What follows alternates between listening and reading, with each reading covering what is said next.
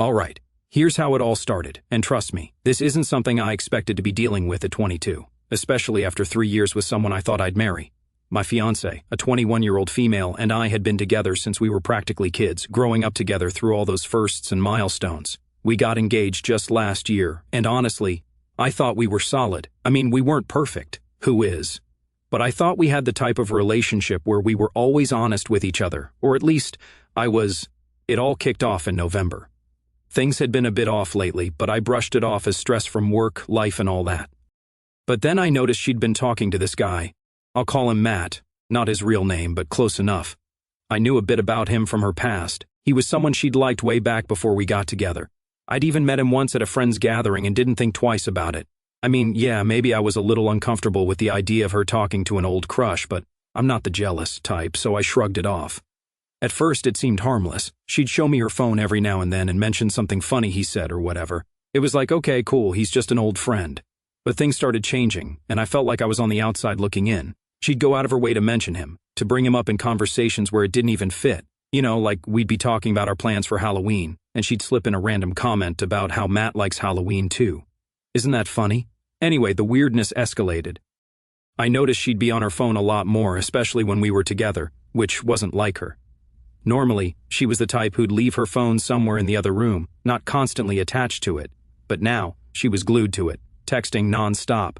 Whenever I asked who she was talking to, she'd get a little defensive, saying it was just friends, which, okay, maybe it was, but something about her tone was different.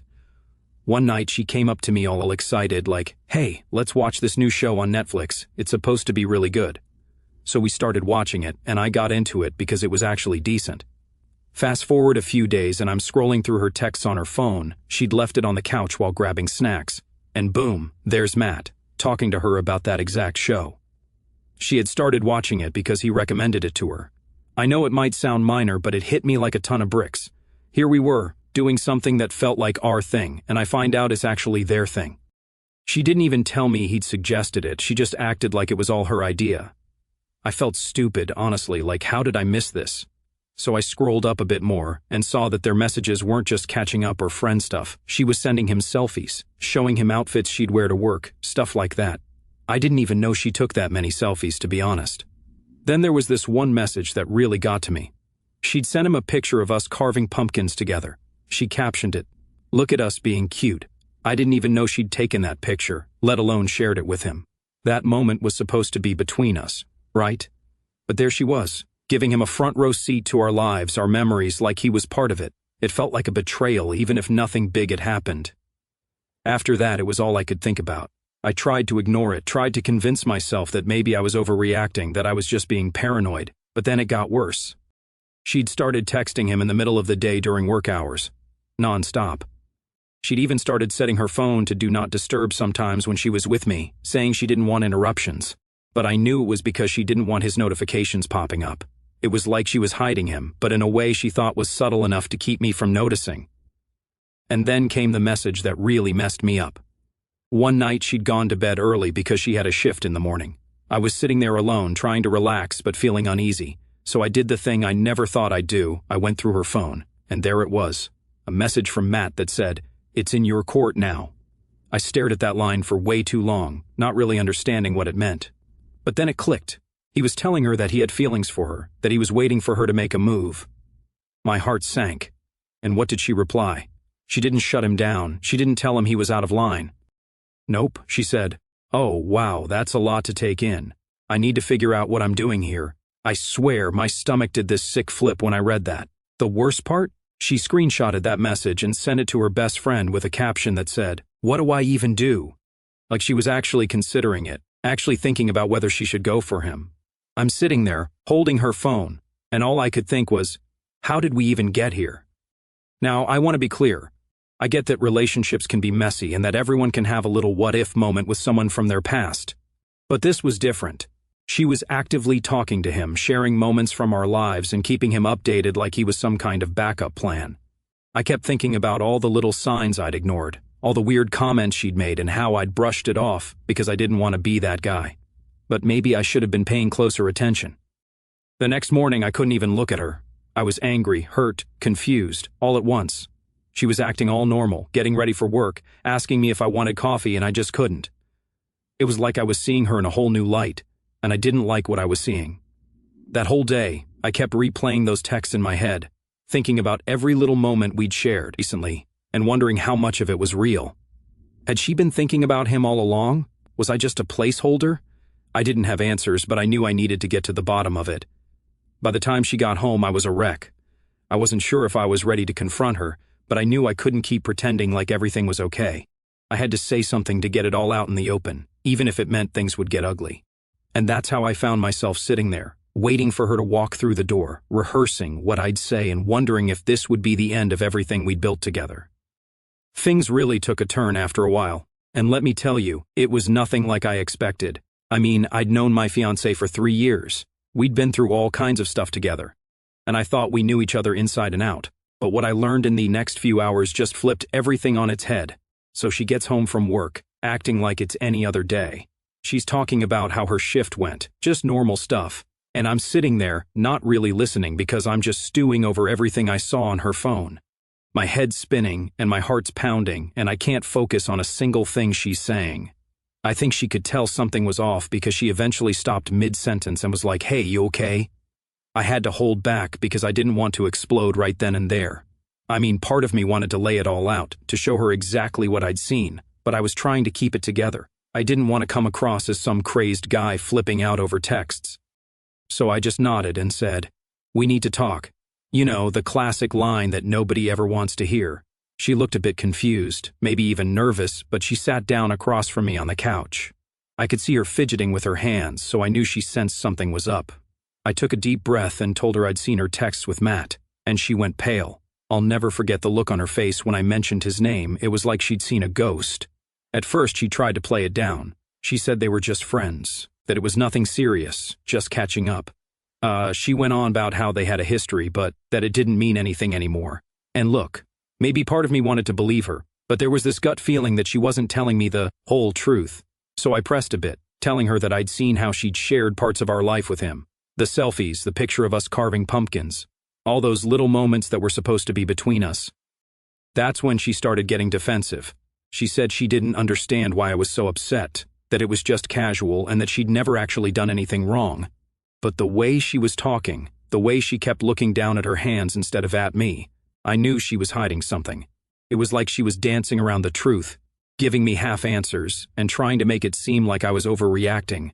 I finally asked her about that message from him, the one where he told her, "It's in your court now." I asked her straight up, what did he mean by that? And her face changed again. She tried to brush it off, saying he was just being flirty and that she hadn't taken it seriously. But I knew that wasn't the whole story.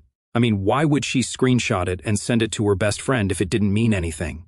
She kept dodging, saying she didn't know what to do because she didn't want to lose our relationship, but that she also didn't want to cut him off completely. She kept saying, "It's complicated," like that was supposed to make me feel better. I was just sitting there thinking, how is this complicated? You either choose the guy you're engaged to or you don't. There shouldn't be any middle ground here. Then she hit me with this line that just broke me. She said, "I didn't think you'd understand." That was her excuse for not telling me about him, for keeping everything under wraps. I didn't even know how to respond to that because, yeah, maybe I wouldn't have been thrilled to know she was reconnecting with some guy she used to have feelings for. But I would have listened. I would have tried to understand if she'd been honest with me from the start. But this wasn't honesty. This was hiding things, sneaking around, and pretending everything was fine. And for what? To protect my feelings? No, it was to protect herself, to keep him in her life without facing any consequences. At that point, I didn't even know what I was trying to salvage. I felt like everything I thought we had was slipping through my fingers, like she'd already made her choice, and I was just the last one to figure it out. I asked her one more time, "Are you really telling me there's nothing more to this?" She hesitated for way too long before finally saying, "No, there's nothing more." But I couldn't shake the feeling that she was still holding back. Her words didn't match her face, and her body language was all over the place. I've always been pretty good at reading people, and everything about her was screaming that she was hiding something else, but she'd made up her mind to stick to her story, to keep playing the "it's all innocent" card, so I told her that I needed some time to think. I didn't want to make a snap decision out of anger or hurt, and honestly, I felt like I'd been blindsided. I told her I was going to stay at my parents' place for a few days to clear my head. She didn't try to stop me, which I thought was strange. She didn't ask to come along, didn't even try to talk it out more. She just nodded, almost like she was relieved I was leaving. I packed a bag that night and left. As I drove to my parents' house, I kept going over everything in my head, wondering how I'd missed the signs and if maybe I was partly to blame for not seeing things sooner. I mean, we'd been together for so long, and I thought we were in this together. But now I was questioning every memory, every moment we'd shared over the last few months. Had she been drifting away this whole time, and if she had, why didn't she just tell me? I spent that whole night lying awake, replaying every conversation, every glance, every little detail. I started thinking back to the small changes I'd ignored, the way she'd become more secretive with her phone, the way she'd started going out with friends more often, the way she'd suddenly gotten into new interests I didn't even know about. It was like she'd been building this separate life right in front of me, and I was too trusting to see it. And maybe part of me was clinging to the hope that there was still something worth saving, that we could talk it out, go to counseling, do whatever it took to rebuild that trust. But as the hours went by, that hope started to fade, because the more I thought about it, the more it felt like I was the only one holding on, the only one fighting for something that maybe wasn't even there anymore. The next day I was exhausted, physically and mentally. I was supposed to go to work, but I ended up calling in sick because I just couldn't deal with anything. My mind was still stuck on her, on those texts, on that weird feeling that I hadn't even scratched the surface of what was really going on. By the end of that day, I knew I'd have to go back and confront her again, but this time I wasn't going to let her dodge, wasn't going to let her hide behind excuses. I was going to get the truth, no matter what. Because if there was one thing I knew for sure, it was that I couldn't move forward with her until I knew everything. Alright, so after spending a few days away at my parents' place, I knew I couldn't just let things sit like that. I was still spinning with everything I'd found out, still confused, and I was getting more and more frustrated by the minute. I had too many questions that needed answers, and I wasn't about to let her just keep dodging around the truth. When I got back to the apartment, she was there, acting like she was waiting for me. She looked all nervous, which honestly just confirmed my suspicions even more. She knew I wasn't coming back just to smooth things over. I sat down, and I could tell by her expression that she knew this wasn't going to be easy for her. I looked her straight in the eye and told her, "We need to talk again, and this time, I need the truth. All of it." She tried to start with the same spiel she'd given me last time, that nothing serious had happened, that they were just reconnecting as friends. But I wasn't buying it. I told her I wasn't looking for excuses or explanations this time. I wanted to know exactly what had gone on with Matt and why she'd let things get so far, even to the point where he felt like he could tell her his feelings were in her court. I could see her squirming, like she was searching for the right words, or maybe just the words that would make her look the least guilty.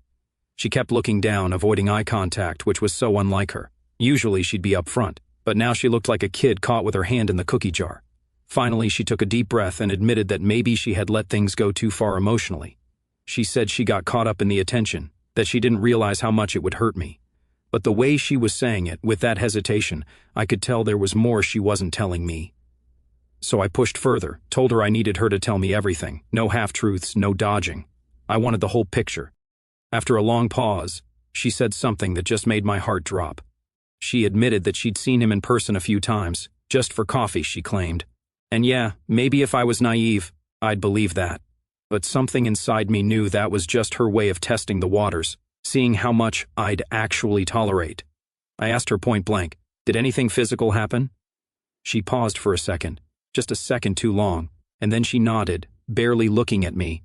She mumbled something like, "It just kind of happened, like that was supposed to make it better." I sat there, feeling like the floor had just disappeared under me. She actually admitted it, as if it was no big deal, like it just happened and wasn't a conscious choice on her part. The worst part was she tried to downplay it, saying it was just a one-time thing, like that was supposed to make me feel better or something. But honestly, that only made it worse. Here I was, putting all my energy into trying to salvage something, trying to find even a sliver of honesty in this whole mess, and she'd gone behind my back. Not just emotionally, but physically too. I asked her why. Why would you do this when we were supposed to be planning our future together? Her answer? She said she'd been confused, that she felt like she'd lost a part of herself, and somehow reconnecting with Matt gave her back that peace. She went on about how she never meant to hurt me and didn't think it'd go this far. Hearing that made me feel like a complete idiot. All those little signs I'd brushed off every time she'd been vague or avoided talking about him. It all clicked into place. I'd trusted her, and she'd taken advantage of that.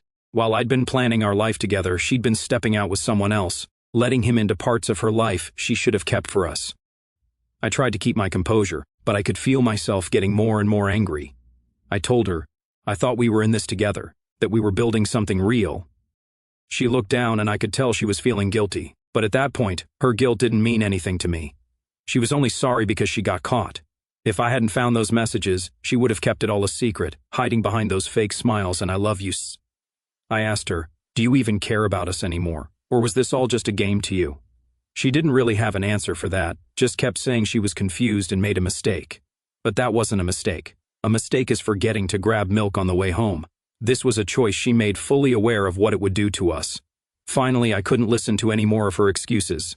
I told her that if she wanted to be with him, then maybe she should just go. I wasn't going to sit around while she decided if I was worth it. She kept saying she wanted to fix things, that she'd do whatever it took to make it up to me. But honestly, I was done. I couldn't trust a single word coming out of her mouth. I got up and started packing a bag. I told her I needed some space to think, to get my head straight. She didn't try to stop me this time, just stood there, looking defeated. As I grabbed my stuff, I could see her watching me, like she wanted to say something but didn't know how, but at that point, I didn't want to hear it. On my way out, she called after me, saying, I'm sorry. I didn't mean for it to get this far. I didn't even look back. Her apologies didn't mean anything anymore. I was done with all the lies, the secrets, and the half-baked excuses. I felt betrayed on a level I didn't even think was possible. I got in my car and just sat there for a while, processing everything. I could still hear her voice in my head, replaying her words over and over, and I just kept thinking, how did I not see this coming?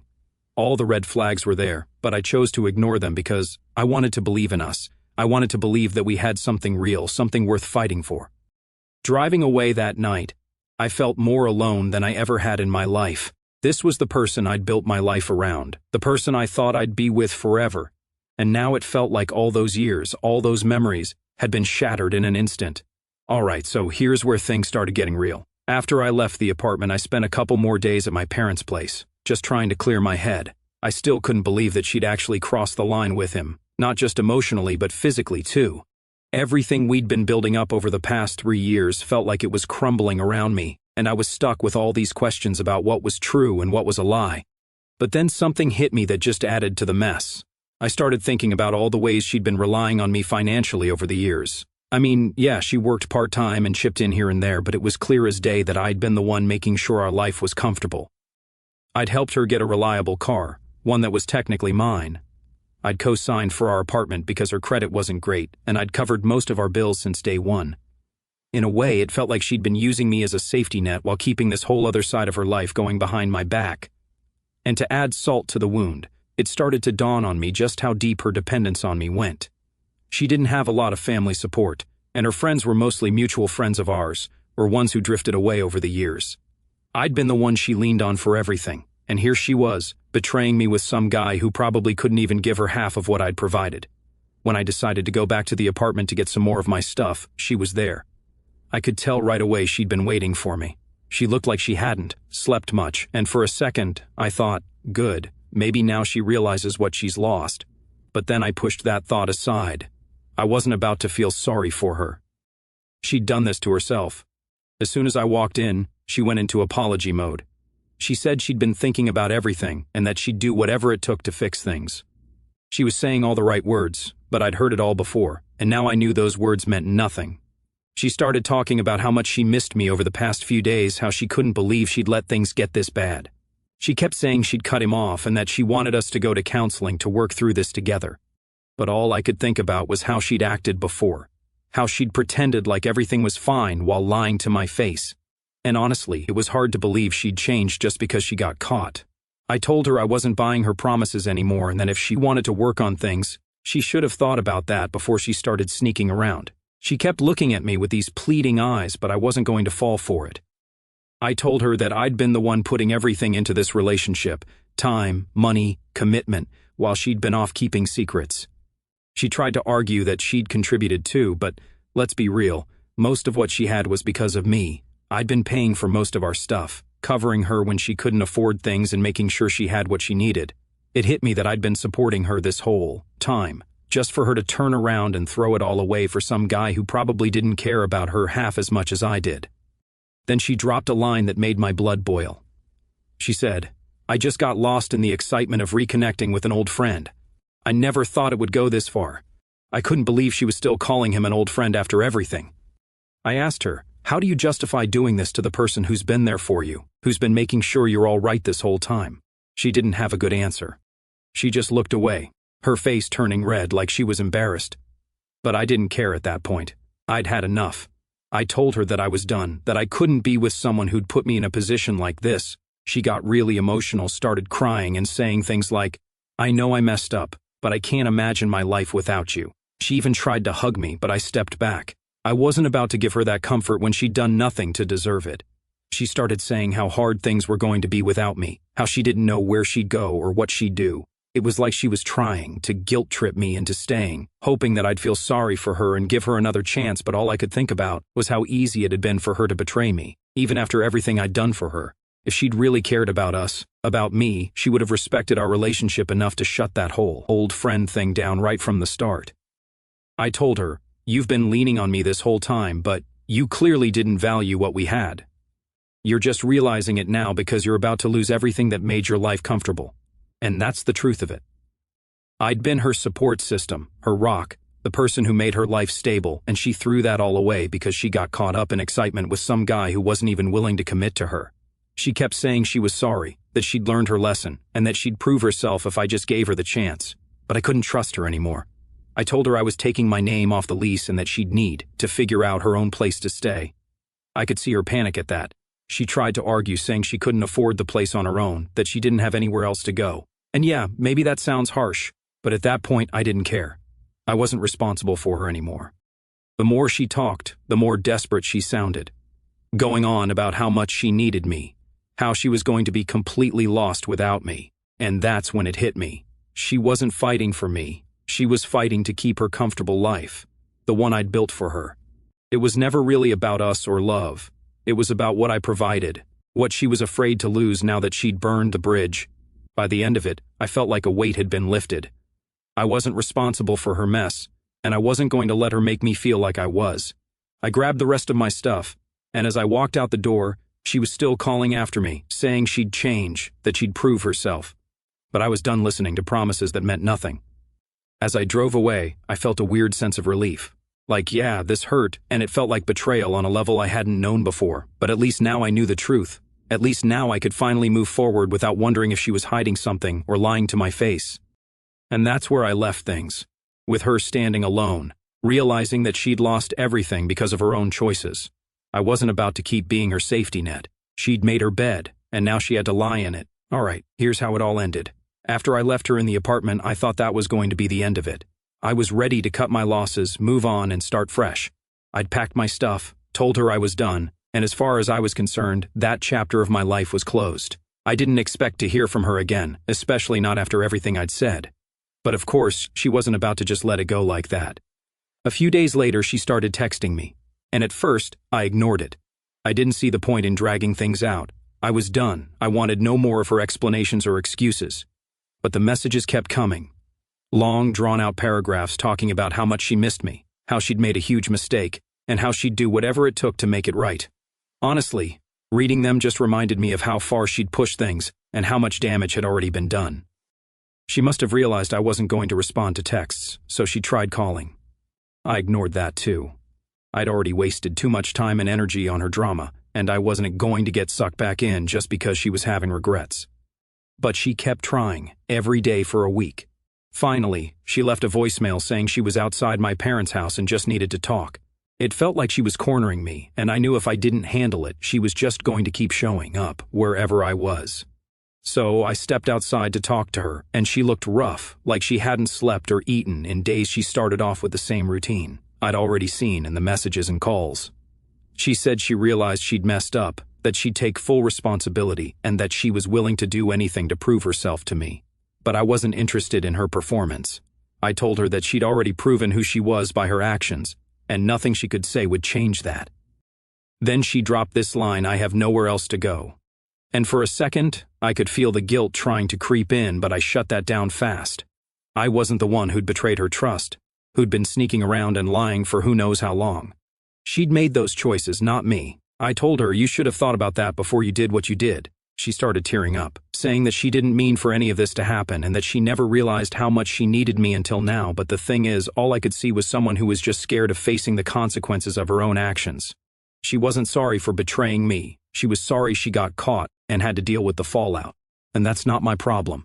She kept pushing, saying she needed my support, that she couldn't handle all of this on her own. And then she asked if she could stay with me, just until she figured things out. I could tell she thought I'd cave, that I'd give in because we had all this history and because, well, I'd been her support for so long. But I told her, no, you're on your own now. You wanted to keep secrets. Then go figure out your life without me in it. She kept pleading, saying she couldn't make it on her own, that she didn't have the resources, the stability. It was like she was throwing every excuse in the book to make me feel bad enough to take her back. But I wasn't about to be manipulated. I looked her in the eye and told her straight up, you're only here because you realized how good you had it. If you really cared about me, you wouldn't have done any of this in the first place. At that point, she seemed to realize I wasn't budging. She started crying even harder, talking about how she had no idea what to do and that she made a mistake. But honestly, I was done feeling bad. She'd made her bed, and now it was time for her to deal with it. I didn't owe her anything. Not a place to stay, not my sympathy, nothing. Before she left, she tried one last time to tell me she'd do whatever it took to make it right. But I wasn't interested. I told her that if she really wanted to change, she should start by being honest with herself about who she is and why she does the things she does. Because all that talk about not meaning for it to happen was just her avoiding responsibility. She made her choices, and now she had to face them alone. As I watched her walk away, I felt a sense of relief. Sure, there was still some hurt. Losing someone you thought you'd spend your life with isn't easy, no matter the circumstances. But letting go of that burden of being her safety net, the one always taking care of her, felt like lifting a weight off my shoulders. I'd been carrying that relationship for so long, and it was time to put it down. A few days later, she sent one final text, a long paragraph trying to clear the air and asking if we could still be friends. That one really got me laughing. Friends? After all that? I didn't even bother responding. I just deleted the message and blocked her number. I wasn't about to let her keep a foot in the door, hoping she could come crawling back whenever things got tough. Looking back now, I realized how much I'd been ignoring all those red flags. She'd always been a bit dependent on me, financially and emotionally, and I just chalked it up to her needing a little extra support. But it's clear now she was more interested in what I could give her than actually building a life together. It wasn't love, it was convenience. And to everyone who warned me that she wasn't marriage material, that I'd be setting myself up for heartbreak, thank you, you were right. I was blinded by what I thought we had, by the future I thought we were building together. But at the end of the day, I dodged a bullet, and I'm grateful for that. I can move on now, knowing that I didn't settle for someone who didn't deserve me. This whole experience was a lesson in trusting my gut, paying attention to red flags, and knowing when to walk away. She can figure out her own path now, just like I'm figuring out mine. And maybe one day she'll learn something from all this. But honestly, that's not my concern anymore. I've got my own life to live, and I'm finally free to live it without constantly looking over my shoulder, wondering if I'm being lied to. So yeah, that's how it ended. She had nowhere to go, no plan, and no one else to turn to because she'd burned her bridges. And me? I'm done looking back. I'm ready to move forward and find someone who values me for real. Last update. Alright, here's how things played out after I cut her off for good. A couple of weeks went by, and honestly, I was finally starting to feel like I could breathe again. The constant stress was gone, and for the first time in months, I was able to focus on myself, work, and just moving forward. I hadn't heard from her since I blocked her, and that was fine by me. I was putting it all behind me, or at least trying to. Then one day, I was hanging out with a buddy of mine. His wife is close friends with a girl who knew my ex pretty well, so they ended up hearing some things. My friend looked hesitant at first, but eventually he said, "Man, you're going to want to hear this." I could tell by the look on his face that it wasn't good, but at this point, I was kind of curious. Turns out, right after we broke up, my ex ran straight to Matt, the same guy she'd cheated with. They spent a week or two together, and for a second, I'll admit, I felt that familiar sting. I mean, yeah, I was over her, but hearing she jumped right into something with the same guy she threw everything away for still hit. But that feeling didn't last long because here's the kicker. Matt wasn't exactly in it for the long haul. Apparently, he hooked up with her for a bit, but after about 2 weeks, he went right back to his own girlfriend. Just left my ex high and dry, like she was nothing more than a short fling. She thought she was running off to something exciting or whatever, and instead she got dumped and left alone just like that. I'll be honest, finding this out was oddly satisfying. Not because I wanted her to be miserable or anything, but because it kind of felt like karma doing its thing. She threw away a 3-year relationship, lied to my face, and tried to get me back only after realizing what she was losing. And in the end, she got tossed aside by the very guy she thought was worth risking everything for. It's crazy to think about how quickly things came full circle. She lost everything she had with me for a fling that barely lasted 2 weeks, and now she's got nothing. No relationship, no stability, and nobody to fall back on. She made her choices, and they finally caught up to her. My story ends here. Thank you for listening to me.